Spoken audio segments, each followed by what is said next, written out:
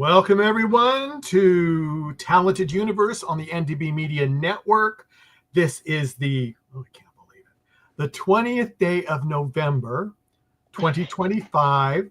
And this is our first of two podcasts today with vertical actors. So we are very happy about that. And first, I'd like to introduce my two co-hosts today. Liz, how are you dealing with cold weather where you are? I'm loving it. It's not cold enough for me. Well, that's good. Marcia, how are you doing? Hey. Well, I'm great. I'm here in Northeast Florida. It's not super cold like where you are, but I'm happy to be a little cool. It's getting toward the end of the year. Can you believe it? And I No. am thrilled to be here today with our special guest. I get to introduce her, Elaine Auburn. Hi, Elaine. Hi, everyone. Thanks for having me. Delighted to be here. And you are, since we're talking about weather, you are in LA right now. And how Yes. is the weather there? We've been hearing some interesting things. Yes, we are indeed having interesting weather. It is getting darker again, and we are expecting heavy rain for the next 2 days, which is quite unusual for Los Angeles, and it's in the 50s, and to me, that is Wow. cold. But hey, on the positive side, maybe Yeah. with all the heavy rain recently, we won't get the fires. Fingers crossed. Oh, you always look on the bright side, right? Yes, you got it. Well, yeah. And so we are here. I know mainly people are here for your work in the verticals or mobisodes of what they're calling it now.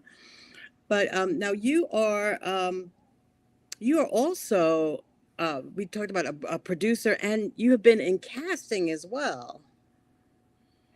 Very minimally. Uh-huh. So yes, you must have done some research on IMDb. Very good, very good.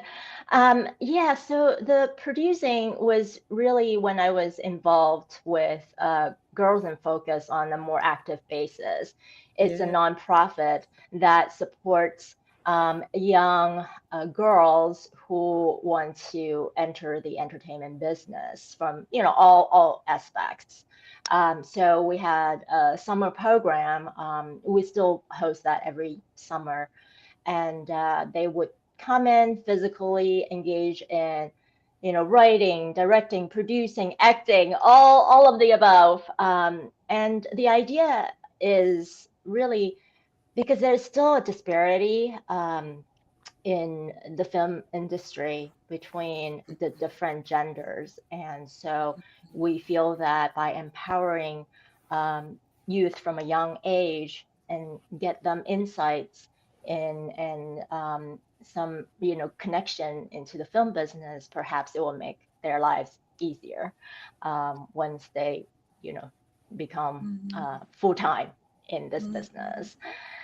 And in terms of the casting, because I'm bilingual, I was helping one of the productions out with finding someone who can speak the language. So those are Oh, not necessarily my me. like I yeah, like I am by no means an expert in either of those things. But you're continuing to explore options in your career as well. Right on. Options are good, and exploring is wonderful. I think having a curiosity and the capacity to be open to opportunities and trying different things. If I were to tell other actors or other creatives, I think that's a great thing because when you're exposed to different aspects, you realize when you get on set that, wow, like this person's job is hard. And you have that appreciation. And hopefully, then you become more respectful of everyone's job and what they bring to the table. Hmm. Yeah, and Michael is right. I do like to go in the Wayback Machine, so I take a coin and I put it in the Wayback Machine. So take us back to where you first thought about seriously becoming an actress. Oh, um, that's not as way back as you imagine it. Hmm. um, I did start out quite young as a child actress, but um, I had never at that point thought of it as a career, as something, oh my gosh, I would love to do for the rest of my life. And Liz, you might appreciate this, especially when I was living in San Francisco back in around 2014, I think. I lived across from a studio, and I was like, oh, they have classes. And I'm like, oh, wouldn't it be fun to get back in acting classes and just see what it is like doing this, as an adult? And I did, and I still loved it. And then decided, okay, let's just get my feet wet first with some, commercials, industrials, just easy, lighter stuff. And then I was also at that point doing more modeling as well. Mm. Um, and then it was probably 2016, around 2016. So it actually is still like almost 10 years ago. It is. Just yesterday, Yeah, Yeah. yeah, yesterday. I realized, so in Northern California, um, the opportunities are more in the commercial side, uh, whereas if you want to do more theatrical Mm. um, acting, it's really more LA based, or the rest of the country Mm. now, Atlanta and New York and so forth. And so I was thinking to myself, well, if the jobs are not coming to me, well, let me go to the jobs. And I Mm. made that big move to La La Land, and I've been here since. Mm-hmm. Now, one of the verticals that you've been in, that I watched even before you were going to come on the show, is "Kiss Me One Ah. Last Time," Hmm. with where you played. I think you played a nurse. Yeah, with Richard Trotter and uh, Hannah. Was I a gossipy one? Yes.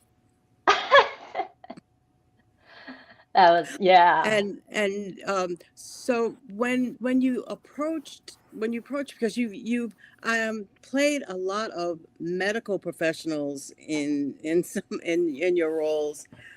Is that something that when you get a role like that, you went and looked at other, how does a nurse or doctor or or did you just bring Elaine to it? Well, I probably watched enough Grey's Anatomy to certainly have some clue. But honestly, when it comes to comedy, especially for me, uh, my friends have always said like, "You funny," like, and I don't necessarily realize that I'm funny. I'm like, okay, well then, if I'm funny, then I'll just jump in and do my thing. Mm-hmm. Um, And it's very interesting you picked that vertical because after the shoot, the director actually said, "Oh, now I know you can do comedy," even though verticals typically are less comedic leaning, um, Mm. shall we say? But he's like, "Oh, okay, well, I can, I'll think about you when I have something that's more comedic." Ah, Like, see, oh, okay, expanding your okay. options. Oh, I love comedies, y'all. Like, that's just, we need more laughter. So, Hmm. Before I hand it back to Michael, a little comedy, little sketch I saw you in where you had a role like you can't handle the fruit. You were eating fruit. oh yeah. Well, it's combining my foodie inclination with With- acting.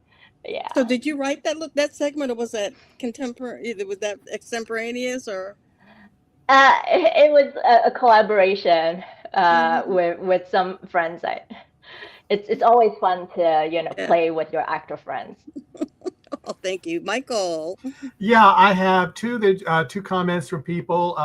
Just going to throw them up here. Glenn Dunn's Wheeler Productions. Here and Oh, thank excited for you. Elaine. I hope I said that right. When it's all mashed together, I can't. It's hard sometimes. And we have another one too from Alexander Departey. I love hearing your story, Oh, Elaine. You have such enthusiasm. oh, thank you. And actually, thank you for our lovely hosts and your platform for giving actors a chance to share their passion. And thank you, everyone who is joining us live, as well as thanks in advance for everybody who will watch later. I appreciate you all. And just a little FYI, it's Glenn Dunswella. He is a very talented filmmaker himself, and we Oh, okay. collaborated. Very Yeah. good. Cool. And just to shout out some more, we have a like on Facebook from Greg Teff. Greg, thank you. He's one of our co-hosts that Oh, thank has you, to Greg. work today. You know how that goes. So, but Fair I'll enough. hand this over to Liz now. Okay. Actually, I want to touch on a couple things that you kind of just brushed on a little bit. As far as when you got into acting and different things, I hear you have kind of a quote unquote Hollywood movie type introduction into acting that you were like discovered by a studio executive or something. Can you expound on that? Yeah, so thank you for asking that. This is the Wayback Machine Yep. take two. The So when I was little, I did quite a number of like competition for like speech and storytelling, and it was at one of these competitions where one of the studio exec asked my parents if I would like to come into the studio. And I was surprised that my parents actually said yes, because, conservative Asian parents. Yeah. And I was very fortunate to be able to, actually act for a number of years before my parents were like, okay, this is way too much work, because both my parents were working. And so, to have to, take your kid back and forth to the studio and, still do all the many, many other activities that, I have, what they have, just became, a bit of a challenge. But I was definitely very thankful. I had a lot of fun. And I think it just kind of stayed in me, even though, like I was saying, earlier with Masha's question, that like I didn't think of it as a career. I think as a kid, I just thought, well, this is kind of fun to do. Hey, less homework, more play, all for it. Um, and then thankfully it kind of, made its way around, later on in my life, that I'm like, wow, I'm really blessed to do it twice. That's really cool in a way that you kind of just explained that. And a little birdie in my ear has been whispering this to me for a while, saying, "We know that, of course, you are a remarkable actress. You've done modeling. You've done a lot of side projects and voiceover modeling and all sorts of things, including being a host. But this little birdie has been telling me that you had a chance to interview what I think is one of the all-time extreme amazing actors of all time, and that was Robert De Niro." Well, thanks for bringing that little memory up. Yes, and so it was when I first got to LA, I really didn't quite know exactly how LA works. And I was very thankful that somehow I landed hosting gigs for red carpet hosting, red carpet interviewing. And one of my assignments was at this event, and the buzz was supposed to be, Robert De Niro is going to show up. And I was lined up with, all the other interviewers and photographers, and, it's all packed. And everybody around me, who have been in the business doing hosting and, event photography for much, much longer. And they're like, he's not going to show, and, all this stuff. And I'm like, well, I don't know. It would be awesome. And otherwise we'll hang out together, and it is awesome too.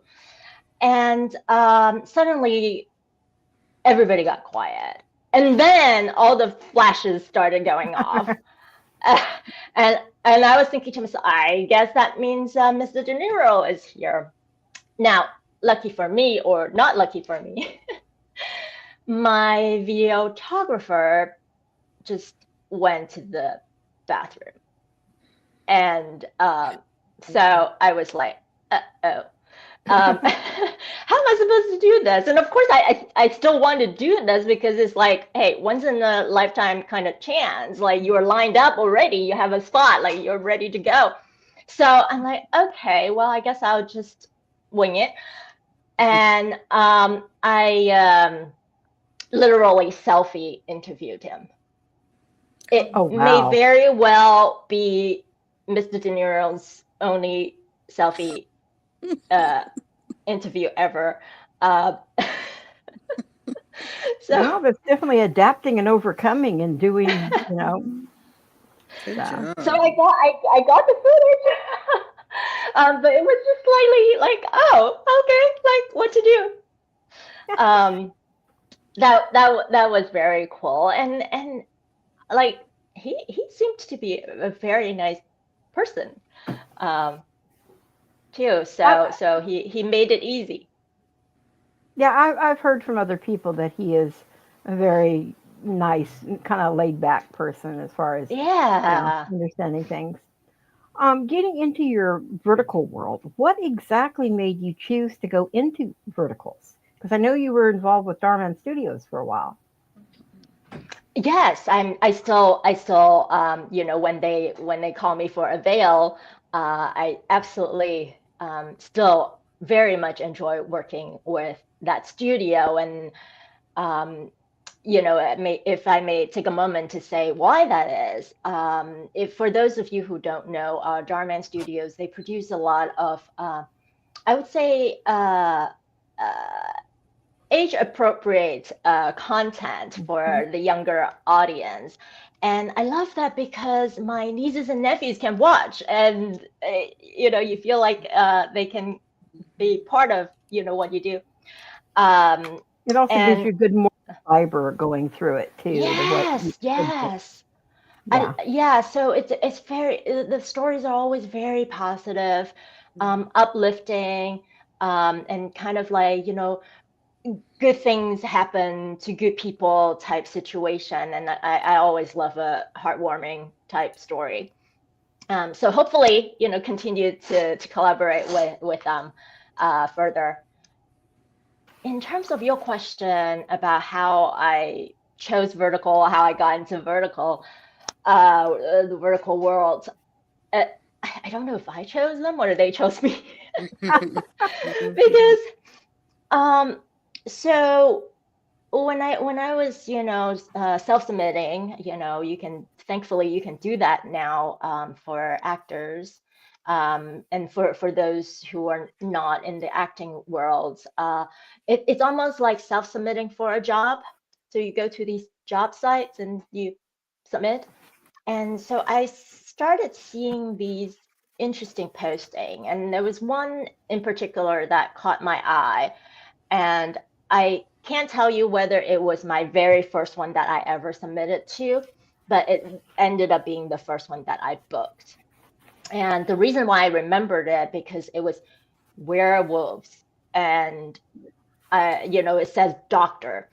And I was thinking to myself, so I've done a number of doctor roles before, but I was not able to get footage because they were more like industrial training videos and so forth. And I was like, well, I can keep saying that I play a doctor and tell agents that I play a doctor. It would be easier, in this industry, especially to show you play a doctor.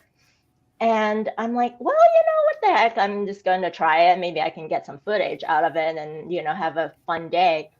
And especially when it says werewolf, I was thinking to myself, am I a werewolf as a doctor, or am I a human doctor? Like I couldn't quite figure out like what that all meant. And I also didn't understand at that point, that it's shot vertically as opposed to sideways. Because I think if I remember, they just listed the platform. And to me, because I haven't been exposed to the various platforms, I didn't know what that platform mean. Like it didn't mean anything to me. And I submitted it. I got the role. And that was the beginning of it all. Wow. Okay. I think that it's kind of cool the way that you just said that, and you answered one of the questions I was going to ask you between vertical and horizontal acting, how you found that. So it's kind of cool that you mentioned that as well. I think one of the first things I saw you in, and we have to go in Marsha's Wayback Machine on this one, I think was in 2015. I am a huge person of I like to go to sleep listening to like crime stories and different things like that. And you were in I think it was the first episode of The Day I Almost Died, and you played, I believe it was a nurse in a. Yes. And I'm trying to remember if that was 2015, 2016. But that's the first time that I saw you, and then coming up with this interview, knowing that you had played a nurse or a doctor in so many of these other roles following through. Do you find it that you're being stereotyped into this role because you are Asian? And that's kind of what the industry is looking for? That's a great question about stereotyping. I do think I am being stereotyped, but I'm so happy to be stereotyped too, because number one, as a sidebar, my parents wanted to have a doctor in the family, and there you go. They got this instead. So, they can sort of kind of say, hey, we have a TV doctor. So that actually makes my mom especially happy that, I play medical roles. And to me, the thing with typecasting, stereotyping, for actors, I remember a wise person once said, typecasting is still casting and you're being cast, right? You have this wonderful opportunity to be on set, to play with others, to share your passion, do the thing you love. So that's, good for me getting stereotyped and typecast. And I think too, like, what a privilege to play medical professionals without having to go through 7 years of school and however many years of training and stuff, and I hope I do a decent job representing, the day-to-day lives of medical professionals. So I find it to be absolutely a privilege to do so. Well, hey, we can have your next role be on Grey's Anatomy as Meredith's surprised other sister, considering there's so many sisters all in the whole thing. So that would work.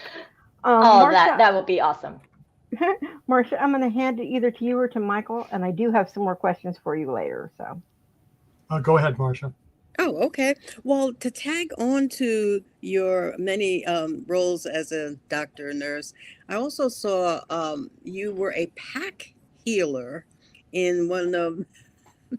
So I really that really piqued my curiosity on how that was presented to you as a role. Yeah, great question. It was Chasing Kiara. Was yes. Oh, that was a lovely one, by the way. Yes. So when I saw that breakdown, I kind of my memory bank kind of went back to the first werewolf doctor one, and I'm like, oh, I got this. I've done this. And to my delight, though, when I got to set, they had the most beautiful costume. I really wanted to take that costume home. Um, kudos to the wardrobe ladies. Yeah, and it really was quite a contrast with the first one that I did for Werewolf Doctor, where I was more like the human doctor.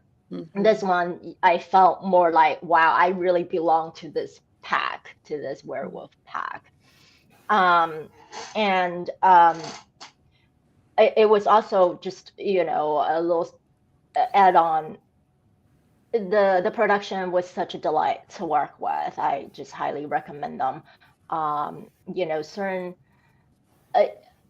all productions are not equal, and some producers are just exceedingly organized. They're very respectful, and also very communicative. I think as actors, we just so appreciate. I appreciate, when that happens. So yeah, really enjoyed working with them, and that whole cast and crew. Mm-hmm. Yeah, when everybody has their particular side talents that they that they have, and I noticed that one of yours is karate. And do you enjoy when you're able to bring one of your side skills into a role?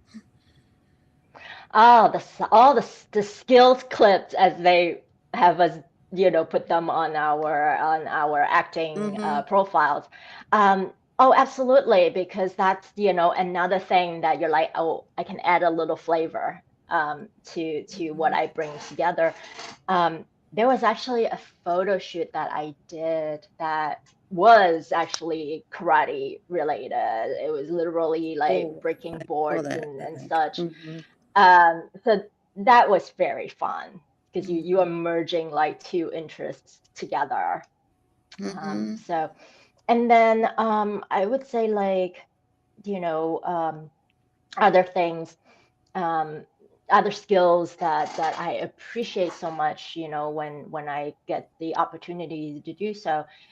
For example, because I speak Cantonese, Yes. um, some of my favorite projects in terms of I feel like I may have made an impact, um, or actually public service announcements in Cantonese, because it's not everybody has that skill, and to be able to assist people who might not understand English that well to get the services that they need, that's very fulfilling to me. Mm-hmm. Yeah, and one little fun side skill that you put these people put these things on their resumes and people read them. So I understand that you can sing "Happy Birthday" in Italian. Oh, the Italian happy birthday. Actually, a funny story you guys might appreciate. So when I was living in San Francisco, I joined this because we have Little Italy and a big Italian community. It's in the area, and I joined this Italian language class. Now, the first day, the instructor Joanna said, you guys should form study groups to help you learn the language. And a group of us, got together, and we're like, sure, we'll form a study group. And because class was at, I think, maybe 7:30 in the evening, and so we're like, oh, and it's right in Little Italy where you have all the restaurants like around there. And so we're like, okay, who is into like grabbing some dinner before class? Everybody. And so we mostly learned to eat Italian food. and not so much the actual language, except our instructor, Joanna, she loved infusing, different like cultural aspects, and we'll watch movies, we'll, listen to the opera. And one of the things she taught us was to sing happy birthday in Italian. So there you go. And branching off of that whole food idea, your handle is a hungry You dare, Marcia. actress, which is, and you've already talked about food, so you got to tell us where that came from. So the cliche is like starving actors, and I'm like, well, I'm not starving, but I am, pretty much, constantly hungry. And I just thought the double meaning of like physically hungry, because I'm a snacker. I like to, just constantly nibble on something. And the fact that I am hungry to work, just kind of like, oh, that seems to work for me. Again, kind of like just bringing different aspects of myself in that handle.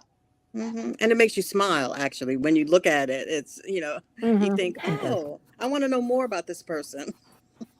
Well, it makes my day that you say that. It's wonderful. Like I am a strong believer that sharing joy and sharing happiness with people. So I think that's awesome if that brings you a little smile.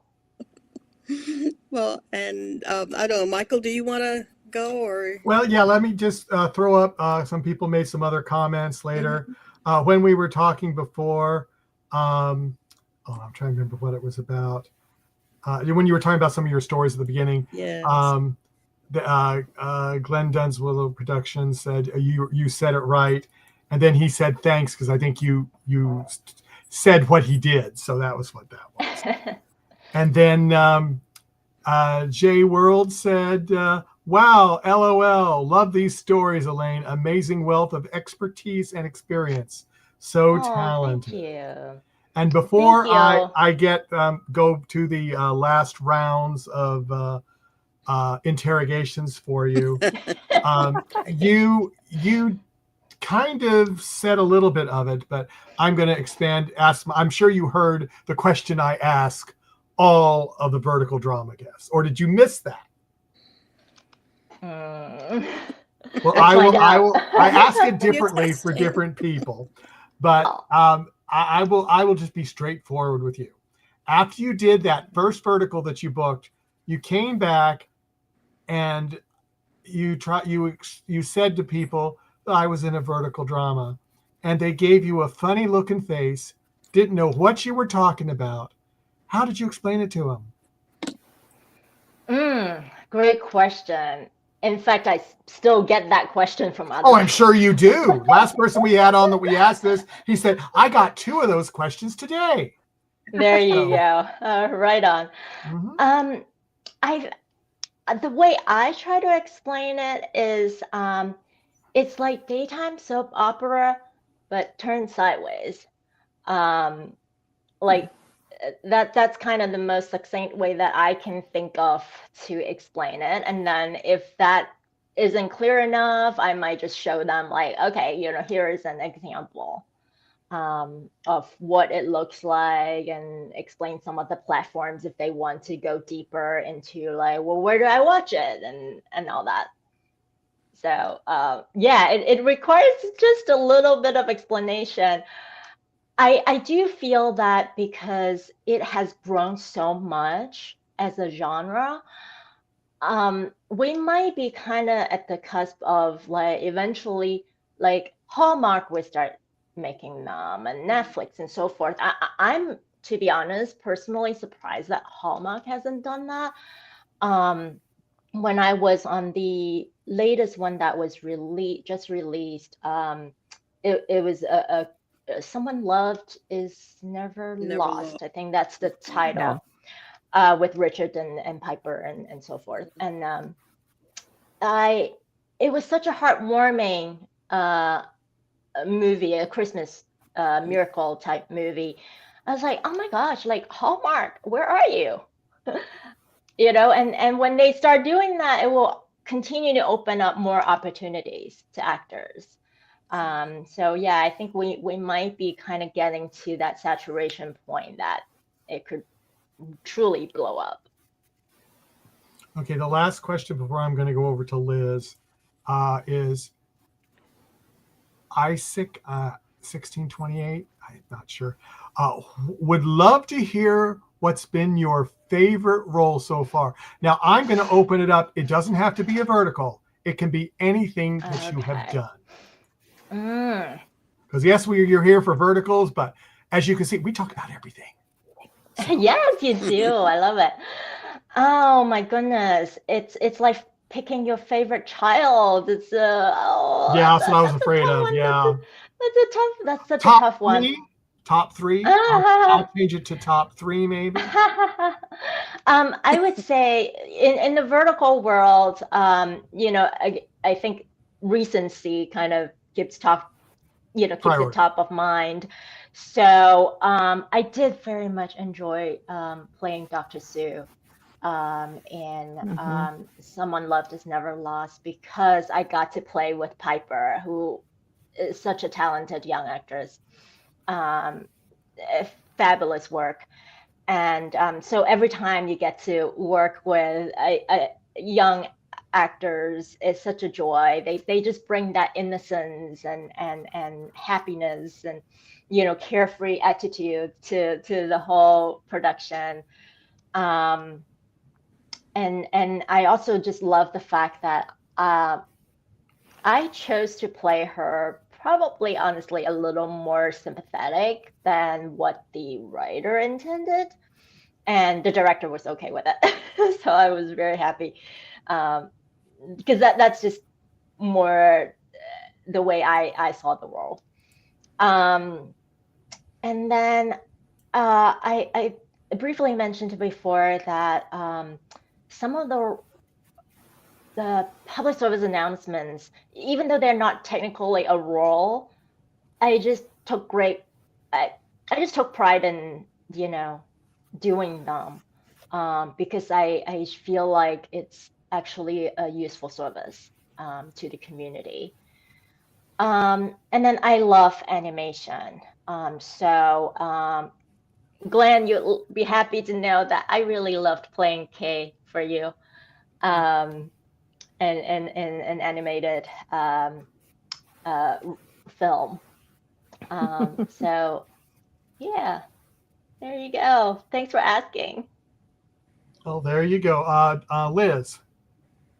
Well, that actually question just led into one of my questions I was going to ask you, because That's what I figured. Mm-hmm. Yeah, that's why you probably heard me giggling under my breath. Yes, I did. Yes. Mm-hmm. I think it was perfect the way she just led into it. I know that you've done some animation work before. And I know that predominantly, because you do speak Cantonese, if it would be a animation type, would you be willing to do it like how we have right now a lot of Japanese animation through Miyazaki's work, and it has come here to the United States, and then it's been done by English actors? Would you be willing to do something from China in Cantonese, and then maybe also dub it for English work? Oh, it's funny you asked that question, Liz. So I was literally just in Japan and watching some of their shows on TV when I was chilling after going on a day trip and looking around and whatnot. And I was like, oh my gosh, I would love to dub some Asian shows into English and spread that wealth and joy, so whether it's Japanese, Chinese, or Korean, to the US and to the English speaking population, and especially animation children's shows. Those get me very excited because it's just they're like happy and fun and cute. So yes, I think that'd be so amazing for you. And I actually co-host another show on for different times, and we do everything that's Japanese. But with one of the things that we have found when we're doing this, if you watch it in the straight Japanese artistry and the voice acting that's done, they get the inflections right of what it's supposed to be per the Asian culture. But when it's dubbed over into, the English voices, they're missing a lot of that inflection or maybe meaning behind it.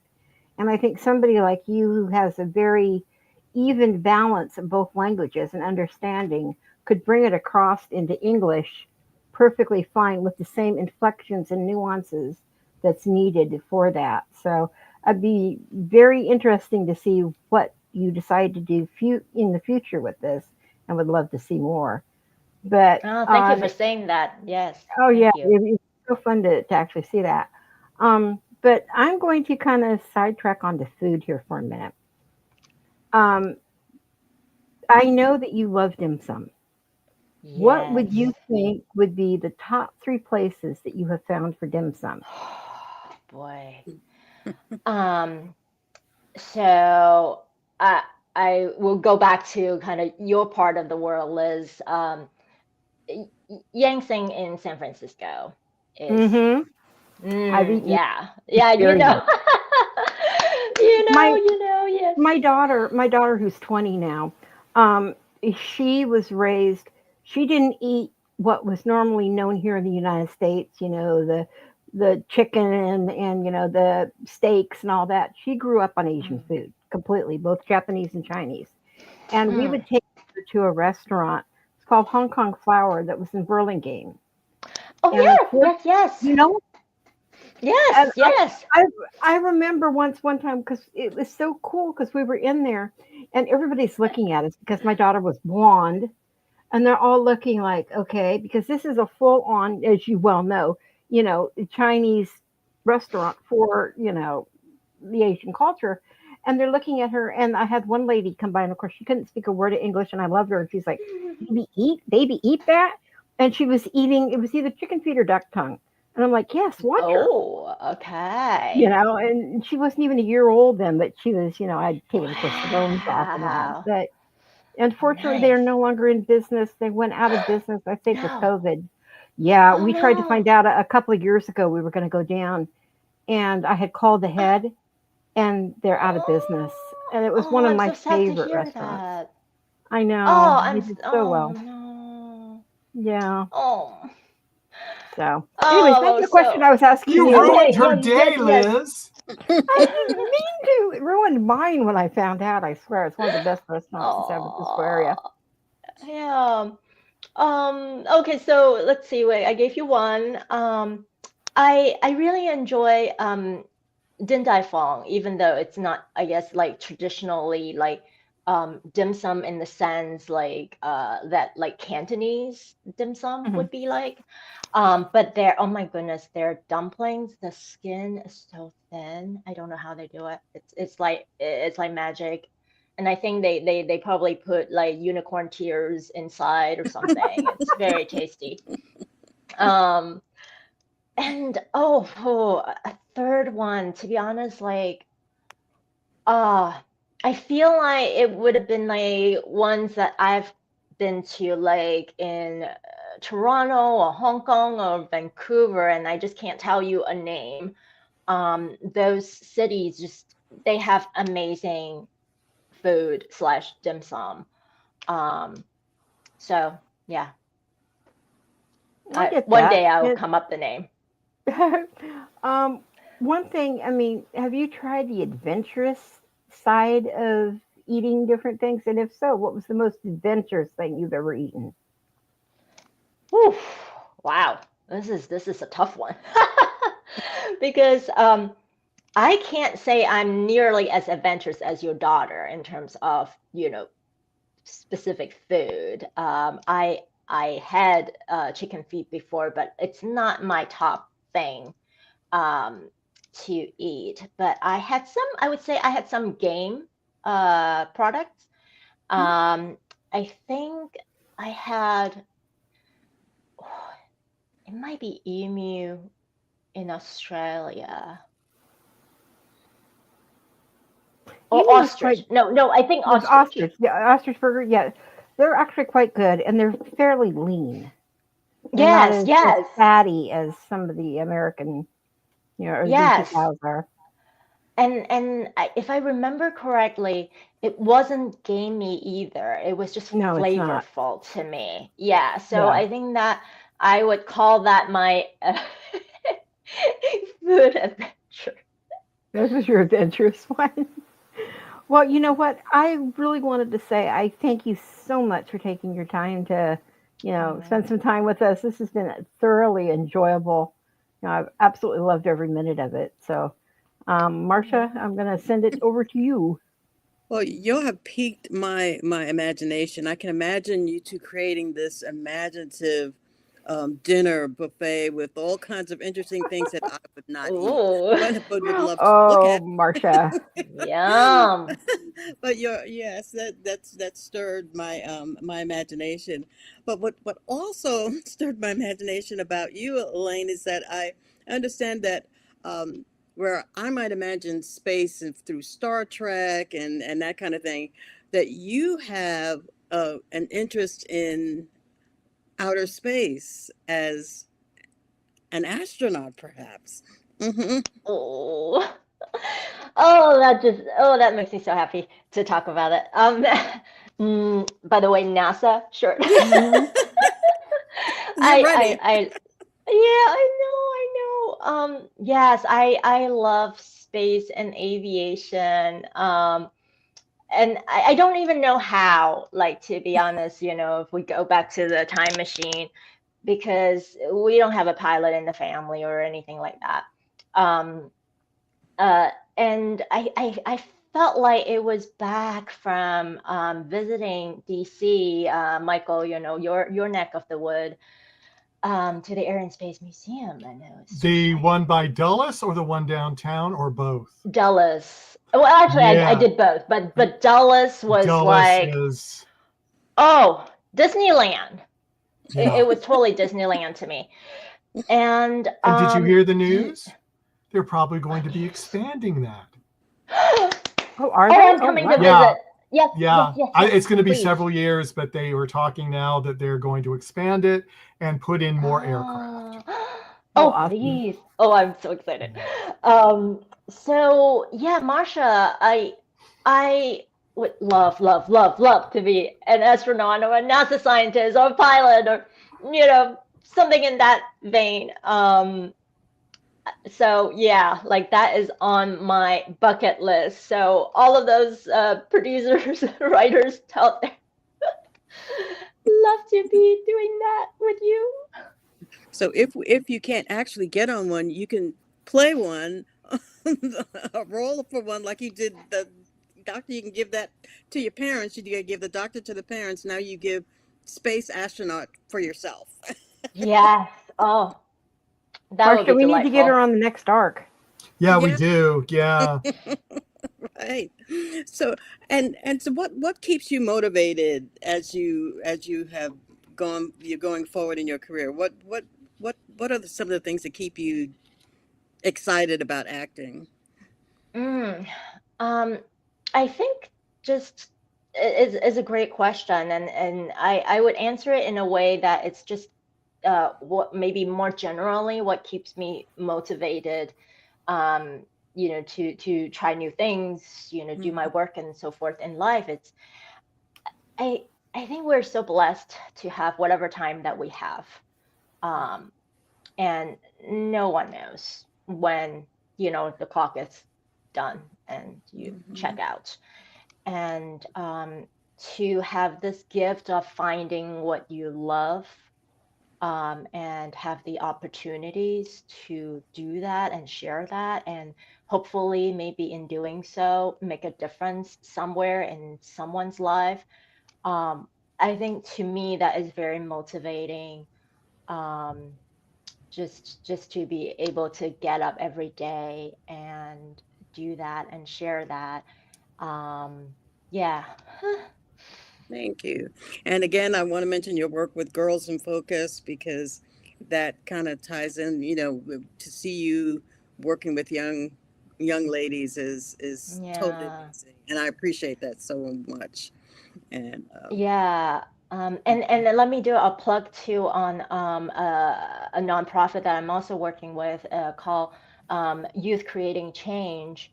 And it's an ongoing, contest for young people, both boys, girls, non-gender specific, to submit creative work, whether it's a poem, a drawing, a film, a song, and is usually guided by a specific topic. So, an example would be, what do you wish your parents knew?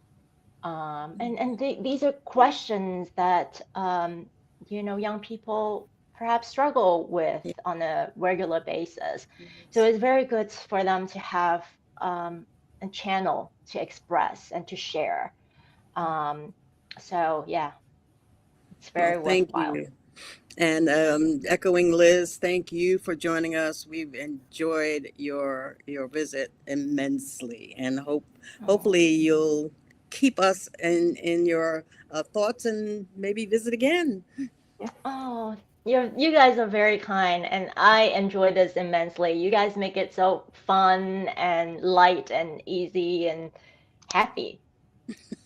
Yeah, well, I was going to ask you, was there anything else you wanted to add? But I think you just did. But is there anything else you might have forgotten that you wanted to bring up before we close, or Something coming up, Mm. maybe? something coming up that you can talk about, or you're going to steal Marsha's Wayback Ah, Machine or something like that? oh, that would be fun. Let's just do a movie about that. The Ooh, Wayback Machine. Yeah. So nothing quite yet since I took a little break.